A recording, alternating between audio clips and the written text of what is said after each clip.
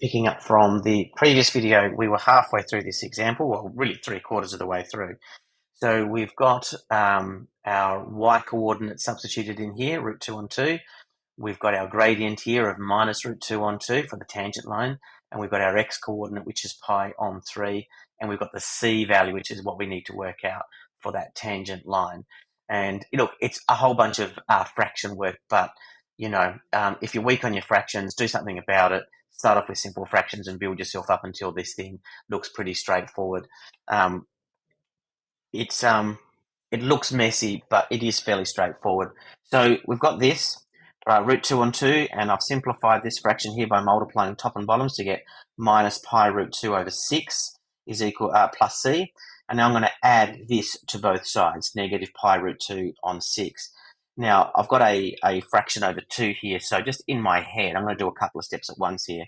I'm going to multiply top and bottom by 3, so I've got 6 on the bottom and 3 root 2 on the top.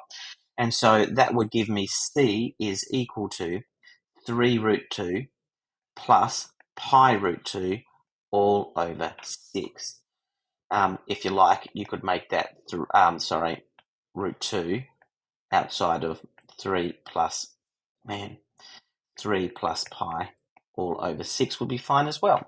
Okay, so what does that mean? It means that the tangent equation would be y is equal to negative root 2 on 2x plus root 2 outside of 3 plus pi all on 6. Like I said, messy, but nevertheless, that's okay.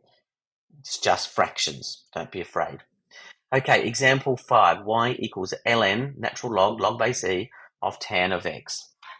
Chain rule principles apply. Just apply them calmly and methodically. dy by dx is equal to, so the outside layer is ln, and we know that means the inside layer is, the outside layer is ln, and so it's 1 over the inside layer, which is tan of x.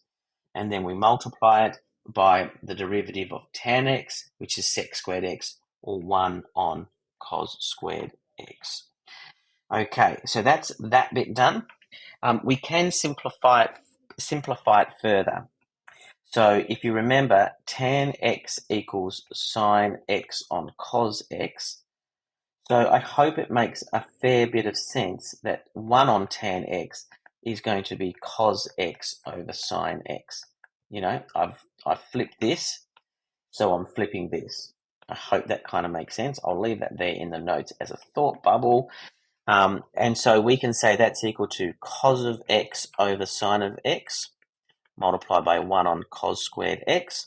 And remembering that cos squared x simply means cos x times cos x, then one of those cos x would cancel out. And so we would be left with sine x, cos x on the bottom.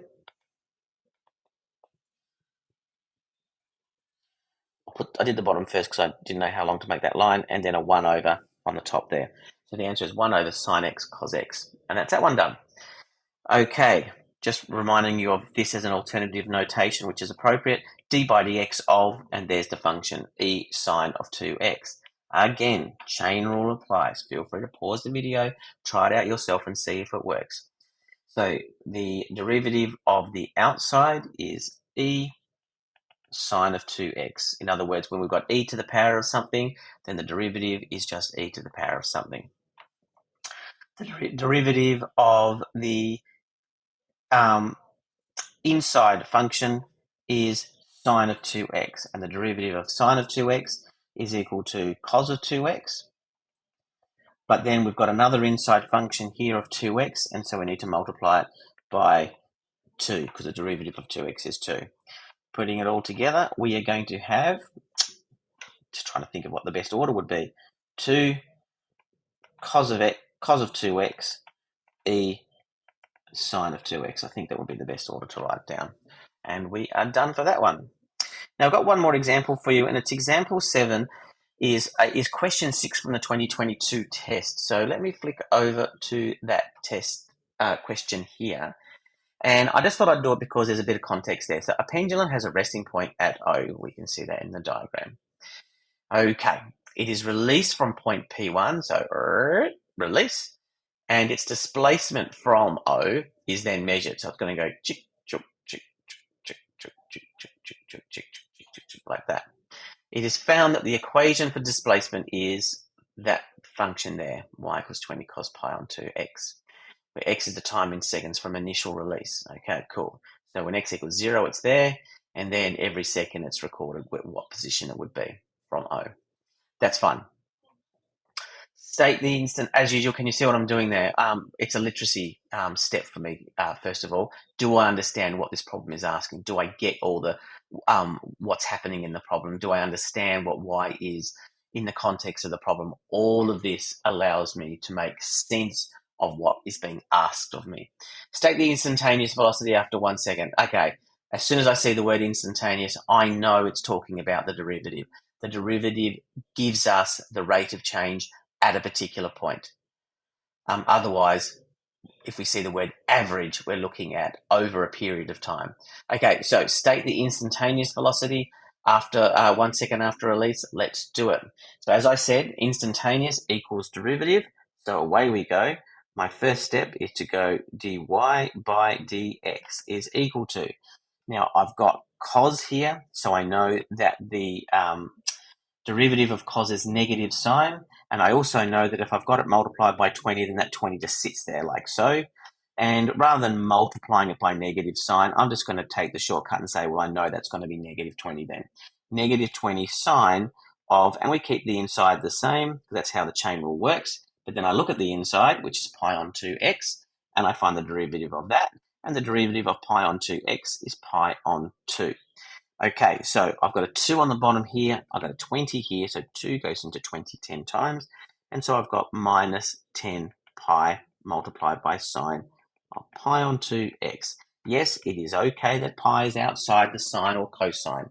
That just means that it's roughly minus 30 there, doesn't it? Pi is roughly 3, so roughly minus 30. So it's an amplitude of roughly 30. So that's fine. At x equals 1, because it was the instantaneous velocity at 1 second, we have dy by dx is equal to minus 10 pi sine of pi on 2 times 1 is just pi on 2. If you remember your unit circle, pi on 2 is straight up, so that makes sine of pi on 2 1. And so we have minus 10 pi. That would get you 1.5 marks. Centimeters per second would give you the full marks because you've given the rate of change. There we go. So that's the first one done. It's negative 10 pi centimeters per second. You don't need to do anything else. It's a non-calculator question, so you can't make it approximate anyway. And part B is state the average velocity over the first second. Over the first second. So that in that literacy moment there is, what does over the first second mean? It means from the start, 0, to the first second. So we've got from 0 to 1. Okay, so how are we going to do this part A then? So part B, let's chunk it down. We know that the formula for an average rate of change is just the gradient formula, y2 minus y1 over x2 minus x1. We know that what x2 is, it's 1 second, and we know what x1 is, it's 0 seconds.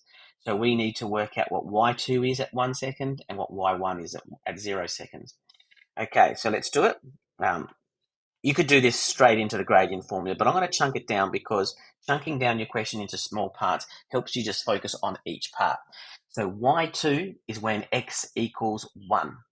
Okay, so y2 is going to be 20 multiplied by the cosine of pi on 2 multiplied by 1. And again, quick look at our unit circle. Oh, that's going to be, sorry, I won't do it, but pi on 2 times 1 is just pi on 2. And again, with the unit circle, that's what pi on 2 looks like straight up. So the cosine of pi on 2, remembering it's the x-coordinate, must be 0. This is all in your formula sheet, but it's a lot faster if you can sort of imagine these things rather than having to refer to your formula sheet every single time. So that's going to be 20 multiplied by 0, which is equal to 0. Okay. y1 is going to be when x is equal to 1. So it's going to be 20 cosine of pi on 2 multiplied by 0. So we're looking at the cosine of 0, and again, now we're looking at here. So on the unit circle, that means cosine of 0 is 1. So that is equal to 20. Great. So we've got y2, we've got y1, we've got x2, we've got x1. We can work out that average gradient. So m is equal to 0, that's y2, minus 20, all over. x2 minus x1 is 1 minus 0, and that will give me negative 20 centimeters per second. So in comparison, not I told you to do that, the average velocity over that first second is negative 20 centimeters per second, but the instantaneous rate of change at 1 second is quite a bit faster. It's about negative 30 centimeters per second. So that's quite a bit of a difference, really. It must have started off fairly slow if it finishes off at negative 30 centimeters per second. Okay, so there's a whole bunch of examples. Do some more practice around these, and you will only improve your proficiency by practice, practice, practice, practice, practice.